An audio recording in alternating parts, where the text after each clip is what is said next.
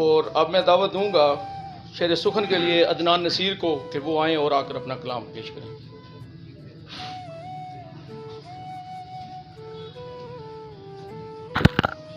अस्सलाम वालेकुम। साहिब सदर और सीनियर शायरों की इजाज़त से गज़ल के चांद शाह कि नए घर में हैं लेकिन वो पुराना याद आता है।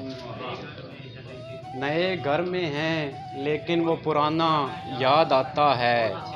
अभी भी गांव का कच्चा ठिकाना याद आता है।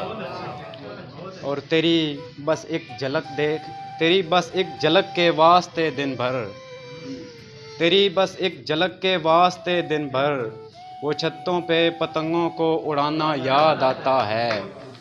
और गुलाबों को मैं खिलता देखता हूँ जब भी आंगन में, गुलाबों को मैं खिलता देखता हूँ जब भी आंगन में, मुझे हर बार तेरा मुस्कुराना याद आता है।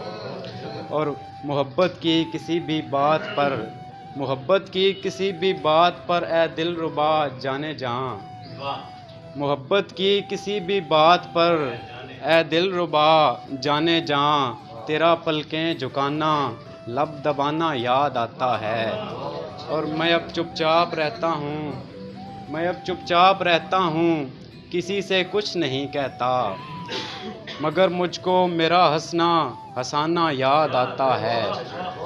मैं अब चुपचाप रहता हूँ, किसी से कुछ नहीं कहता, मगर मुझको मेरा हंसना हंसाना याद आता है।